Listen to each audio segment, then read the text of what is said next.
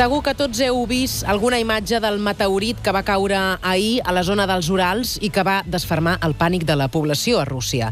1.200 ferits, més de 3.000 edificis afectats, inclosos 34 centres mèdics i més de 300 escoles i guarderies. Bé, ahir la veritat és que molts programes van trucar a experts en meteorits, a astrònoms. Va ser molt interessant tot el que varen explicar sobre aquest fenomen que va captar l'atenció de tot el món, i nosaltres avui li volíem donar una mica la volta al tema. I vàrem descobrir que hi ha una pàgina que us recomanem perquè està molt bé i conté molta informació, que es diu meteorits.cat. Aquesta pàgina la fan entre 3 persones. El David Allepuz, que ens acompanya avui al programa. Què tal, David? Benvingut al programa. Moltes gràcies. Tu ets astrònom. No. Afeccionat a l'astronomia. Afeccionat a l'astronomia, sí. I apassionat pels meteorits. També. Home, hem vist que sí, eh? Fas aquesta pàgina conjuntament amb el José Vicente Casado, a qui vàrem entrevistar ara fa uns anys, que també és caçador de meteorits, i el Ionander Lanzas, sí. Que d'on ve aquest noi? Més que estem tots una mica repartits. Esteu repartits. Espera que t'aproparé el micròfon. Així. Molt bé. Vinga. Sí, estem una mica repartits. Mentre jo soc, evidentment, d'aquí, de Corbera de Llobregat, tenim el José Vicente, que és de León. Sí, senyor. El vas entrevistar tu i el vas entrevistar en castellà. I el Ionander és de Pamplona. Ah, molt bé. I com us veu conèixer? Buscant meteorits? Bé, sí. No buscant meteorits, sinó perquè hi ha certs llocs on ens podem trobar els que ens agraden les pedres, sigui la Fira de Minerals de Sants, que és d'aquí 15 dies, al cap de setmana, o bé l'Expo Miner, que es fa el mes de novembre. També. I els moments en què ens trobem. Suposo que ahir devies al·lucinar, no?, amb les imatges del meteorit. Eren molt espectaculars, Lo d'ahir és espectacular, algo increïble que no sé si ho tornarem a veure en la nostra vida. Perquè, clar, per què costa tant veure un fenomen com aquest? Per què és tan excepcional que un meteorit el puguem gravar? Perquè cauen constantment roques del cel, eh? Cauen constantment. Oi que sí? Diuen que tones i tones cauen al cap d'un any. Sí. Al llarg del dia cauen tones. El que passa que cauen en forma de partícules molt petites que es desfan a l'atmosfera i acaben caient en forma de sorreta superfina que ni es veu. I per què n'arriben tan poques de gran magnitud? Perquè roques grans n'hi ha? N'hi ha, però estem parlant de roques que porten 4.500 milions d'anys donant voltes per l'espai, i en tot aquest temps els planetes ja les han anat escombrant. Ho has dit molt ràpid, aquest temps, eh? És que costa fins i tot d'assimilar-ho, eh? 4.500 milions d'anys. És a dir, el temps en què es va formar el sistema solar. Són les restes de la formació del sistema solar. És a dir, tot el que va quedar per allà sol, que no va acabar de cohesionar-se amb res. Tu creus que trobaran el meteorit que va caure a Rússia? Espero que sí. Tu hi aniries o no? T'agradaria anar-hi? Faria il·lusió, però hi ha molts problemes per entrar a Rússia ara mateix i tot, i no és plan. I ja hi ha gent que es dedica al mateix, a caçar meteorits a Rússia, i per tant aquests estic segur que ja estan de camí. No pararan. Què en saps d'aquest meteorit que va caure ahir a Rússia? No sé si has estat pendent, suposo que sí, de totes les informacions. Hi ha alguna última hora que es pugui informar? L'última hora ens deia fa una estona, ja fa unes hores que se sap, que havien trobat en un llac al sud de la ciutat un forat al gel que podia ser que fos de la caiguda del meteorit. És un forat molt rodó. I què et fa mal pensar, això? Fa mal pensar. Per què? Per què no pot ser rodó? Quan deixes caure alguna cosa sobre el gel, no es trenca d'una manera tan rodoneta. És sospitós. Però bé, tot està per mirar. El que està clar és que entre el que tots hem vist al vídeo en el moment en què es produeix la gran explosió, la que trenca els vidres, que és el moment en què es fragmenta més el meteorit, en què queda frenat de cop, i el moment en què segueix un tros de meteorit i acaba caient, en tot aquell recorregut poden haver caigut meteorits. Trossets. I estem parlant de que sí, trossets com aquests que els oients no ho veuen, però he portat aquí. És que ens ha portat... O sigui, aquestes roques que has portat tu aquí tenen 4.500 milions d'anys d'antiguitat. Exactament. Això és molt fort, eh? Com pot haver aguantat així? Realment? Dius, a veure... Clar, aquí hi ha una informació científica interessantíssima, David. Que no ens volem perdre, per això no volem que cap meteorit es faci malbé i no es recuperi. Això vosaltres ho poseu en mans de científics quan ho trobeu? Evidentment, nosaltres... El primer, que feu? Directament, quan tornem de les expedicions, el primer que fem és anar i posar-ho en mans d'en Jordi Llorca, que és el científic de la UPC que els estudia i que el veu estar entrevistant ahir, i el primer que fem és arribar i dir, Jordi, què vols? Aquí ho tens. I què poden esbrinar ells a partir del material que vosaltres trobeu? Aquests són el material primogeni del qual es va formar el sistema solar. Estem parlant d'unes roques que no són diferents de les de la Terra, de tota la Terra en conjunt, sinó que la seva composició seria igual que tota la Terra en conjunt, però això diem que és matèria no diferenciada, és matèria original. Mentre que el que nosaltres podem observar a la Terra és matèria que s'ha anat transformant al llarg d'aquests milers d'anys. Però per què està formada aquesta roca, per exemple? Són silicats. I ferro i níquel. I ja està. I ja està. I com se sap que això és meteorit i no és una pedra d'aquí? No hi ha pedres d'aquí que continguin el ferro en estat metàl·lic. De fet, pesa, Pesa. És bastant pesada, Això té ferro en estat metàl·lic. Fa emoció tocar-ho, es veuria directament el ferro. Aquest altre directament és ferro. Llavors, el ferro a la Terra amb l'oxigen ja s'ha desfet tot, ja s'ha desintegrat, ja s'ha combinat amb oxigen, s'ha combinat amb altres productes, i en canvi aquí el seguim trobant directament com era. Una pedra d'aquest volum, a veure, penseu que és una mica més gran que una pilota de tennis. Aquesta és bastant potent, Sí. Això no provoca cap efecte òptic, com el que vam veure ahir a Rússia? Sí. Provoca els mateixos... Lo d'ahir va ser una cosa molt espectacular. Referit a una pedra molt gran. Pedres d'aquesta mida ens podríem trobar que en tota la península ibèrica en poden estar caient 3, 4, 5 a l'any. Perdona, doncs això et cau al cap i fa mal, Sí, però el problema, la probabilitat que caigui sobre és baixíssima. El més probable és que caigui al terra, a l'aigua, i s'ha acabat. Al mig d'un bosc, i no es trobarà mai. Per això nosaltres posem tot el nostre esforç en recuperar-los. I no deixa cap estela de fum? Sí, de fet, pràcticament cada setmana hi ha esteles luminoses molt importants que es veuen i que segueixen, però poques d'elles arriben a prou profunditat com per acabar generant meteorits. S'acaben desfent a l'atmosfera. Ara, posem 3, 4, 5 a l'any, poden acabar arribant generant meteorits. Aquest és el meteorit, aquest que tinc a les mans, més important que has trobat tu, o no? El més gran? Aquest és el primer. I per tant, això és especial, Aquest és el que a la primera expedició en què anàvem una mica per dir, ostres, no sabem si trobarem, si no trobarem, és la primera vegada i tot i tal, va ser el primer que vam trobar i, per tant, és el que li tenim molt de carinyo. Si la gent entra a la pàgina web i va a la secció de vídeos, veurà un vídeo en el que diem moltes paraulotes. Ui, el tenim! El podem posar o no? Sí, perdoneu les paraulotes perquè és fruit de l'emoció. Efectivament, és un vídeo que demostra fins a quin punt a uns apassionats d'aquest tipus de roques que ens plouen del cel, des de l'espai, ho viuen com... Vaja, és que és quasi com... És que no sé com descriure-ho, però és que ho viu amb molta emoció, És una situació que no se'ns passa amb el temps. Ara mateix els dos companys estan a Xile recollint meteorits encara, ara mateix hi són. I també reaccionen així quan troben una roca. I igual, i m'acaben enviant SMS a crits. Anem a escoltar-ho. Això, quan va passar, això que escoltarem ara? Això és de l'any 2008, gener del 2008. I estàveu? Al sud de Tunis, al desert del Sàhara. Escoltem aquest moment. En tenim un! Joder, l'hem trobat! Oh, cago en mi, tío! ¡Hostia! ¡Hostia! ¡Hostia! ¡Muy bueno! ¡Sí, señor! Oh. ¡Hostia, tío! Ay. ¡Hostia, aquí! Aquí. Pero no puede ser, pero esto es increíble. Hay más, David. ¡Hostia! Hay más, David, hay más. ¡No puede ser! ¡Hostia, tío!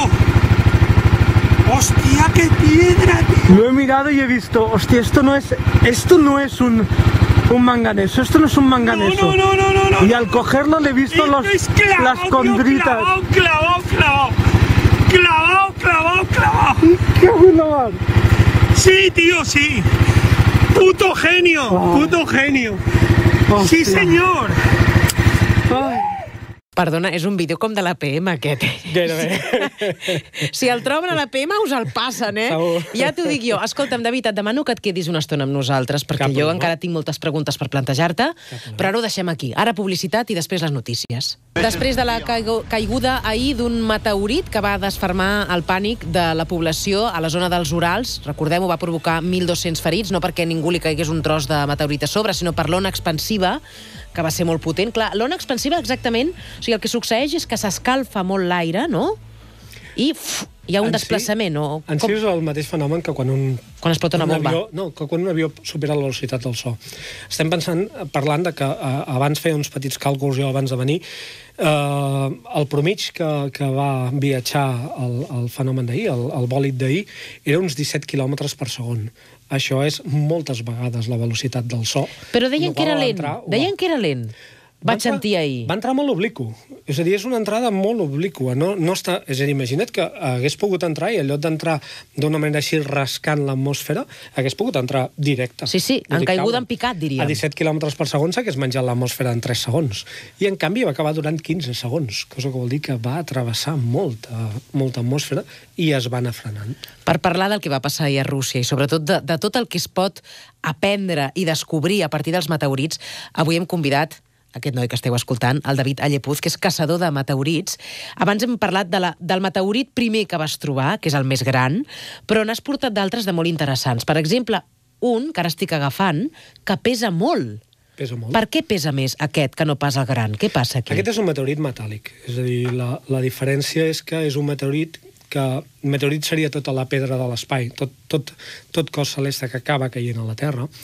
I en aquest cas el que tenim és uns meteorits que pesen menys, que tenen un aspecte més terrestre, que contenen silicats i que són les peces fonamentals del sistema solar, i després tenim uns altres que ja han estat transformats. Els primers els diem indiferenciats, es mantenen igual que eren al principi. Aquests són els que tenen, els indiferenciats són de 4.500 milions d'anys. 4.500 milions d'anys. Els altres han sofert una transformació. Han format un petit planeta, aquest planeta estava molt calent perquè s'estava formant el sistema solar, s'ha separat el que era la part metàl·lica que s'ha anat cap al nucli del planeta i a fora han quedat els silicats. Això us recordarà molt l'estructura de la Terra. I tant. Per tant, és el mateix que un planeta Terra en petitó. Aquest planeta ha sofert una catàstrofe còsmica, s'han separat els seus components, els silicats han anat per una banda i el nucli està aquí. Això és el nucli d'un planeta. Això és el nucli d'un planeta. I és més, és l'únic nucli d'un planeta que podem estudiar, perquè el nucli de la Terra no hi podem arribar. Mai hem aconseguit baixar més de 13-14 quilòmetres. Però potser té una composició similar a aquest, el nucli de la Terra. Sí, s'entén que és el mateix ferro-níquel. Aquí enganxes un imant i va directe. De fet, abans ens has fet la prova. No sé si és la prova definitiva que us serveix als caçadors de meteorits per diferenciar roques, que són terrestres, de roques que plouen del cel. Aviam, si s'enganxa un imant. Sí que és una cosa que... Però també hi ha pedres terrestres que se'ls enganxa un imant, Però sí que és una cosa bastant significativa. Procurem no fer-ho. Si tenim molt clar que és un meteorit, procurem no enganxar-li l'imant. Per què? Què passa, Silva? Perquè als científics els agrada estudiar el magnetisme dels meteorits. I, per tant, enganxar-los un imant seria destruir aquestes proves. Vale? Per tant, procurem no fer-ho. Nosaltres procurem mantenir els meteorits sense enganxar-los un imant, excepte en un cas en què no tenim clar si ho és o no ho és, i aleshores sí que fem servir un imant. A veure, tenen una part, aquests meteorits que has portat a l'estudi, una part més arrodonida. Per què? Pel fregament amb l'atmosfera. Precisament el que vam veure ahir va ser precisament el moment en què entrava i es fregava contra l'atmosfera un meteorit. Pensem que entrant a 17 km per segon, com entrava el d'ahir, el fregament amb l'atmosfera és brutal, escalfa la superfície del meteorit fins a més de 6.000 graus i fon aquesta superfície. I llavors crea un òxid de ferro, que és la magnetita, que és el que crea aquest color negre aquí. O sigui, en realitat el meteorit, quan cau... És molt més gran. És molt més gran i tot rodonet. Fruit del fregament o no? No, aviam. Quan està fora, no és rodó. No és rodó, no. Però quan entra a l'atmosfera... Comença a donar voltes i s'arrodoneix amb el fregament. I aleshores després... Clar, es trenca. Esclata, i llavors a l'esclatar sí que trobem parts en què una característica d'un meteorit respecte a les pedres que la gent confon amb meteorits és que, si t'hi fixes, el color de fora i el color de l'interior són diferents. Sí, és més clar per dintre, no? El fora està cremat i a l'interior es manté com l'original. I no pot caure la bola sencera, rodoneta? Pot caure la bola. De vegades són bastant rodonetes. De vegades són bastant rodonetes, Em deies abans que aquest altre que estic agafant, oients, estic agafant un meteorit més petit, aquest és el més petit que ha portat el David, és molt negre, està molt socarrimat, diríem, i té com uns petits forats a la superfície. Això què són? No són forats tipus bombolles, sinó que serien el que se'n diuen els remaglifs, que són no res més que semblen ditades. És a dir, és com si haguéssim agafat amb fang i l'haguéssim amollat amb les mans i haguessin quedat unes ditades. Això és fruit dels remolins de l'aire al caure a l'atmosfera. És a dir, a l'entrar, que genera una turbulència, fa uns petits remolins que el gasten més precisament aquí. I llavors queda d'aquesta manera. Ai, si ho poguéssim veure en càmera lenta, tot això... És algo molt característic dels meteorits. Escolta'm, si algú veu algun dia un fenomen estrany, que pot passar, pots veure una caiguda d'un meteorit, què ha de fer? Jo els demanaria que es posessin en contacte amb nosaltres per intentar estudiar tot el fenomen de la caiguda i acabar determinant si ha generat meteorits o no.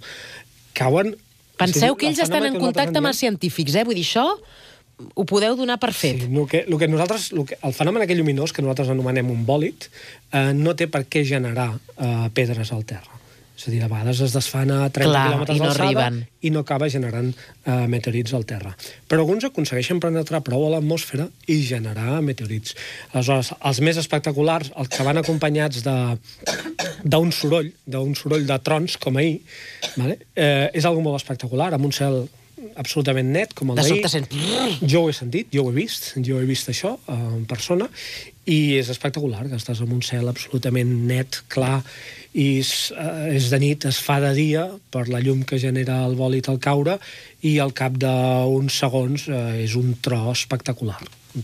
Sobretot aviseu, perquè, clar, aquestes roques que ens plouen de l'espai, si no les van a buscar, al cap d'un temps això s'acaba desintegrant. Això es desintegra, això... Es perd. Curiosament, el nom de destruir-se és la meteorització, que s'assembla a meteorit, doncs sotmetre's als agents atmosfèrics i es destrueix molt ràpidament. Per tant, aviseu sobretot. I després una altra cosa, si hi ha algú que us vulgui ajudar a buscar meteorits... Només s'ha de posar en contacte amb nosaltres a través de la web. Necessiteu voluntaris, Home, nosaltres sempre, com més gent hi hagi, perquè s'ha de cobrir zones molt grans i, per tant, com més gent s'apuntés, sempre és interessant tenir una llista de gent a qui poder trucar i dir, escolta, hi ha hagut això. Hem estat estudiant un fenomen ara al sud de Madrid, al límit amb la Manxa, que ha sigut impossible recuperar zones, però clar, som 9 persones cobrint... I com ho cobriu? 20 per 30 Caminant? quilòmetres quadrats. Amb moto? Perquè abans Amb cotxe, a peu... Però en cotxe no veus el meteorit, si vas en cotxe? Sí que es veu. Una pedra d'aquestes destaca molt. Vols dir? Sí. Però pot haver caigut enmig d'un bosc, allà no veus res. Evidentment no. Però aquesta zona que buscàvem eren camps. Eren camps i camps i en un oliveres. camp, tu per què tens la vista molt entrenada, David, Jo t'asseguro que em portes amb cotxe i jo no sé cap a on mirar ni veig res, Els entreneu, Sí. Perfecte. Doncs us recomanem que us mireu aquesta pàgina web, meteorits.cat, hi ha molta informació, veureu imatges de les col·leccions de les 3 persones que han posat en marxa aquesta iniciativa, que són el David Allepuz, que és qui ens ha acompanyat avui al Via Lliure. David, moltíssimes gràcies i gràcies per portar-nos els meteorits, Gràcies per convidar-nos. No, per mi t'ho prometo que... No sé, ha estat especial agafar aquesta roca amb tants i tants anys d'història. I recordem que aquesta pàgina també la fan el José Vicente Casado i el Yonander Lanzas. Gràcies, David. Adéu-siau. Gràcies.